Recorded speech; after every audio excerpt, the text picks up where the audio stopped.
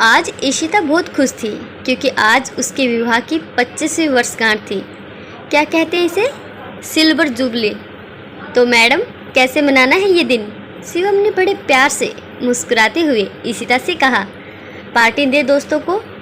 ना ना, बस हम तुम और बच्चे ही साथ में मनाएंगे, किसी और की क्या ज़रूरत। दीदी की भी नहीं? दीदी वो तो मेरे लिए देवी स्वरूप है, अगर दीदी नहीं होती तो। दीदी का नाम आते ही बीती जिंदगी के पन्ने अपने आप खुलने लगे। पिताजी, हम इशिता के लिए रिश्ता लेकर आए हैं। पापा जी ने चाचा जी के बेटे पीयूष के लिए उसका हाथ मांगा है। संदीप ने अपने ससुर वेद प्रकाश जी से कहा। वेद प्रकाश जी फूले नहीं समाये। बड़ी बेटी संध्या की 2 वर्ष पहले शहर के नामचीन धनाढ्य परिवार में शादी हुई थी। संदीप के पापा ने कॉलेज में संध्या का गाना सुनकर उसे पसंद कर लिया था।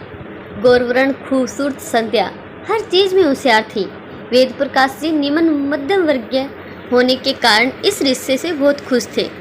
संध्या को भी अपनी किस्मत से रसक हो गया था। रिक्शे से सफ़र करने वाली संध्या विवाह के बाद मर्सिडीज में घूमने लगी।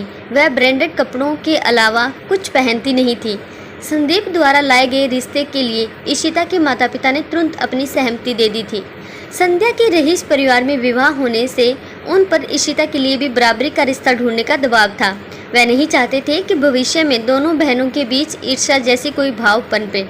इशिता अपने ही दफ्तर में काम करने वाले शिवम से प्यार करती थी, परंतु निम्न मध्यम वर्गीय परिवार से ताल्लुक रखने वाला शिवम उसके पिता को बिल्कुल पसंद नहीं आया था। दुखी हुई थी इशिता, पर पिता से विद्रोह करने की हिम्मत नहीं थी उसमें।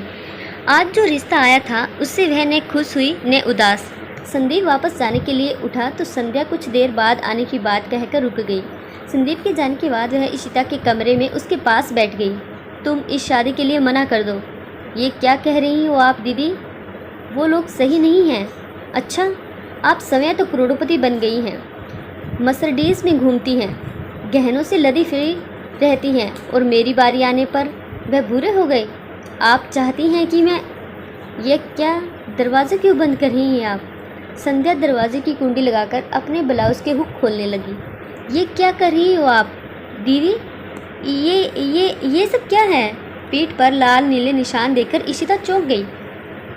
गहने ही हैं, मर्सिडीज वाले करोड़पति ने दिया है। इशिता को चुप देख कर संध्या बोलने लगी। उस घर में सब ऐसे ही हैं इशिता, पीयूष का पता नहीं, पर संदीप, पापा जी, चाचा जी सब एक जैसे ही हैं। घर की औरतों का वजूद गूंगे नौकरों जैसा, जिनकी किस्मत में सिर्फ दुख लिखा है। मैं तुझे उस अंधेरे कुएं में नहीं गिरने दे सकती। आप ये सब क्यों झेल रही हैं दी? छोड़ दीजिए उस घर को। पापा को बताया आपने? अभी नहीं, पहले अपने लिए ज़मीन तलाश लूँ फिर। संध्या ने इशिता का हाथ अपने पेट पर रखते हुए कहा। इसके लिए भी सोचना होगा। पल भर को इशिता के चेहरे पर मुस्कान खिल गई। सच दी? पर इस खुशी के अवसर पर हम खुश भी नहीं हो पा रहे। आप क्या करोगी दीदी? अपने लिए नौकरी तलाश रही हूँ, मिलने पर ही मैं कोई कदम उठाऊंगी। पापा पर अतिरिक्त भार नहीं डाल सकती। छोड़ो ये सब। तुम शिवम से प्यार करती हो ना? मैंने पता किया है, बेहद संजीदा लड़का है, तुम्हें सदा खुश रखेगा। शादी उसी से करना। पापा को मैं राजी कर लूँगी, संध्या ने उठते हुए कहा। रिश्ते के लिए इशिता से इनकार के बाद संध्या पर जुल्म बढ़ गए, पर उसे इस बात का कोई अफसोस न था। रीति के पैदा होने के कुछ महीने बाद संध्या जो मायके आई तो लौटकर वापस ससुराल नहीं गई। बहुत हंगामा हुआ, पर वो टस से मस नहीं हुई। बिटिया का पालन पोषण समय किया, बिना किसी के मदद के। दोबारा विवाह भी नहीं किया।